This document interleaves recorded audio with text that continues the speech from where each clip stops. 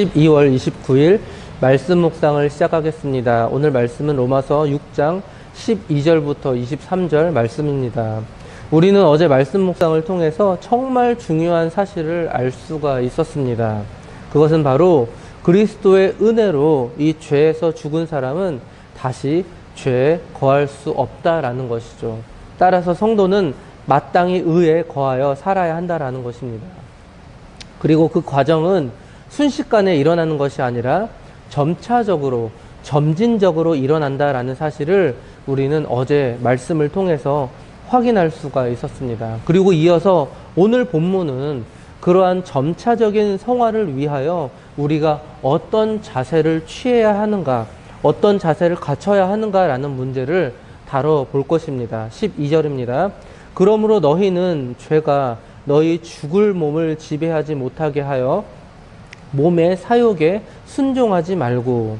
어제도 말씀드렸지만 옛사람을 그리스도와 함께 십자가에 못 박았다고 해서 이 세상의 이 모든 죄가 완전히 제거된다라는 것은 아니다라고 말씀을 드렸습니다. 계속해서 우리를 미혹하여서 또다시 이 죄의 이 종노릇하게 만든다라는 것이죠. 그래서 이에 대하여 대항하지 않으면 우리는 또다시 넘어질 수밖에 없다라는 것입니다. 그러면 어떻게 해야 할까요? 부단히 죄와 싸워야 합니다. 몸의 사욕에 순종하지 말고. 14절에서도 드리겠지만 이 죄가 성도들에게 왕노릇할 수 없게 되었습니다. 이 성도들에게 오직 주인은 예수 그리스도 뿐입니다. 그런데도 이 죄는 성도들의 이 연약한 몸을 통해서 역사합니다. 그래서 자신이 주인인 채 할 수 있습니다. 이러한 것을 우리는 조금 더 허용해서는 안 된다라는 것이죠. 우리는 현재 죽을 몸, 이 육신을 입은 채 여전히 이 죄와 투쟁하는 그런 신분으로 남아 있습니다. 이 죄는 이처럼 이 죽을 우리의 몸을 통해서 역사합니다. 이 몸에서 죄를 짓게 하는 욕구가 일어난다라는 것이죠. 그래서 이 몸의 욕구대로 행하게 된다면 우리는 또다시 넘어질 수밖에 없다라는 것이죠. 이처럼 우리는 하나님을 향해 살면서도 타락한 이 세상과도 부딪히며 살아가는 존재이다라는 것입니다. 사랑하는 성도 여러분, 여전히 우리는 삶 속에서 패배하고 또 패배합니다. 어쩌면 이길 때보다도 참 질 때가 많이 있는 것 같습니다. 그래서 주님께 참 죄송합니다. 그러나 비록 이 죄에게 다시 무릎 꿇는 일이 있을지라도, 비록 패배할 때가 더 많을지라도 우리는 여전히 싸워야 합니다. 이미 이 죄에 대한 승리를 보장받은 이 신부님을 믿고 끝까지 싸워야 합니다. 끝까지 포기하지 말아야 합니다. 13절입니다. 또한 너희 지체를 불의의 무기로 죄에게 내주지 말고 오직 너희 자신을 죽은 자 가운데서 다시 살아난 자 같이 하나님께 드리며 너희 지체를 의의 무기로 하나님께 드리라. 성도는 그리스도와 함께 이 죄에 대하여 분명히 죽었습니다. 바울은 이 사실을 선포했습니다. 그러나 그럼에도 불구하고 여전히 죄가 성도들 가운데 역사하고 있음을 가르쳤습니다. 그런데 앞서 말씀드렸듯이 사실상 죄는 우리를 더 이상 주장하지 못합니다. 14절입니다. 죄가 너희를 주장하지 못하리니 이는 너희가 법 아래에 있지 아니하고 은혜 아래에 있음이라. 조금 이상하게 들릴 수도 있습니다. 그렇죠? 이 바울의 선포가 논리적으로 조금 모순되는 것처럼 느낄 수도 있습니다. 그러나 전혀 그렇지 않습니다. 바울은 14절에서 다시 한번 이 죄에 대한 이 성도의 죽음을 강조합니다. 죄에 대한 성도의 죽음은 이 그리스도와 함께 실제적으로 이 발생한 이 사건임을 다시 한번 강조합니다. 이 사건으로 인해서 이 죄가 성도들에게 더 이상 왕노릇할 수 없게 된 것이죠. 이 사실은 보장되어 있다라는 것입니다. 그러나 이미 우리가 승리했다 할지라도 죄에 대한 이 싸움은 어떻게 해야 된다? 여전히 필요하다라는 것이죠. 이 사실이 매우 중요합니다. 하나님의 은혜가 있으니 어차피 죄를 범해도 된다. 어차피 죄를 범해도 어차피 용서를 받게 되는 거 아니야? 라는 이런 질문은 매우 어리석은 질문입니다. 15절입니다. 그런즉 어찌하리요? 우리가 법 아래에 있지 아니하고 은혜 아래에 있으니 죄를 지으리오 그럴 수 없느니라. 바울은 있을 법한 이러한 질문에 대해서도 단호하게 말합니다. 절대로 그럴 수 없습니다. 진정한 성도는 이 죄에 대해서 부단히 싸우는 자입니다. 연약해서 넘어지면 또다시 일어나서 하나님 앞에 회개하고 돌이켜서 악에서 떠나기를 힘쓰는 자라는 것이죠. 16절입니다. 너희 자신을 종으로 내주어 누구에게 순종하든지 그 순종함을 받는 자의 종이 되는 줄을 너희가 알지 못하느냐?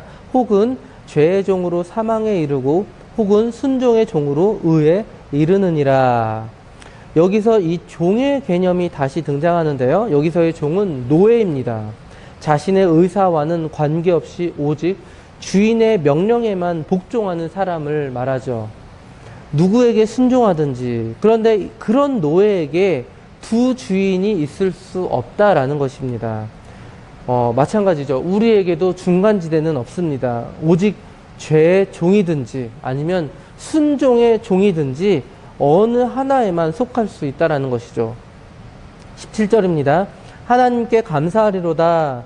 너희가 본래 죄의 종이더니 너희에게 전하여 준 바 교훈의 본을 마음으로 순종하여. 하나님께 감사하리로다. 성도의 성화에 관하여서 언급을 하고 있는 이 바울이 갑자기 하나님께 감사하고 있습니다. 그런데 사실 이 로마 교회의 이 교인들이 이 복음을 받아들일 수 있었던 것도 하나님의 은혜고, 그들이 이후에 이들이 성화된 모습으로 보이게 된 이유 역시 하나님의 은혜이기 때문이죠. 이 믿음 역시 하나님의 선물입니다. 그래서 이 로마 교인들이 복음을 받아들이고 성화의 길을 가는 것에 대해서 바울은 사실 이 로마 교인들을 칭찬할 이유가 전혀 없다라는 것이죠. 오직 하나님께만 감사할 따름이다라는 것입니다. 너희가 본래 죄의 종이더니. 로마 교인뿐만 아니라 모든 인간은 이 죄의 신분을 가진 자였습니다. 의인은 없나니 하나도 없게 되었습니다. 유대인이나 이방인, 남녀노소와 이 빈부귀촌을 막론하고 누구든지 예외는 없습니다. 그러나 복음을 받아들이는 인생은 어떻게 될까요? 역전됩니다. 18절입니다.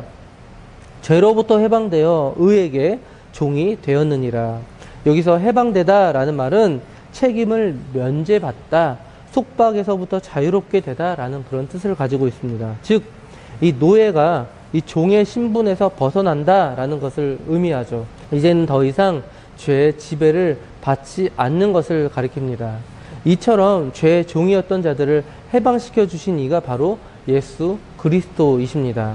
이를 위해서 지불하신 속전이 바로 그분의 피였습니다. 이처럼 이 죄의 종노릇하던 자가 죄에서 해방된 것은 새로운 주인을 섬길 수 있는 자격을 얻은 것과 같다라는 거예요. 더 쉽게 얘기해서 사단의 노예였는데 예수님께서 사단에게 값을 지불하시고 우리들을 자신의 노예로 삼았다라는 것입니다. 그래서 우리는 새로운 신분을 얻게 된 것이죠. 죄의 종이 아니라 우리는 하나님의 종, 의의 종이 된 것입니다. 그렇기 때문에 다시 이 사단에게 가서 죄의 종노릇을 한다라는 것은 말이 안 된다라는 것이죠. 그래서 이제는 어떻게 살아야 할까요? 19절입니다. 너희 육신이 연약함으로 내가 사람의 예대로 말하노니 전에 너희가 너희 지체를 부정과 불법에 내주어 불법에 이른 것 같이 이제는 너희 지체를 의에게 종으로 내주어 거룩함에 이르라. 이제는 거룩함에 이르기 위한 목적을 품고 살아야 한다라는 것입니다. 거룩함에 이르라. 죄에 대응하여 싸워야 하는 그런 의무가 우리에게 있다라는 뜻이죠. 성도는 이 세상에 사는 동안 계속해서 성화의 과정을 밟습니다. 이 같은 싸움은 이미 구원받은 자로서 행해야 되는 그런 기본적인 덕목이라는 것입니다. 20절입니다. 너희가 죄의 종이 되었을 때에는 의에 대하여 자유로웠느니라. 자유로웠느니라. 이 말은 어떠한 책임도 없다라는 거예요. 즉 그리스도를 알기 전에는 하나님의 의에 대해서 전혀 알지 못했기 때문에 그 의를 행해야 할 의무도, 그리고 그 어떠한 책임도 없었다라는 것입니다. 그리고 그때에는 아름다운 열매라고는 도무지 맺어본 적이 없다라는 것입니다. 우리도 마찬가지죠. 예수 그리스도를 알기 전에는 그저 사망의 열매만을 맺고 있었을 따름입니다. 그러나 이제는 어떻게 되었습니까?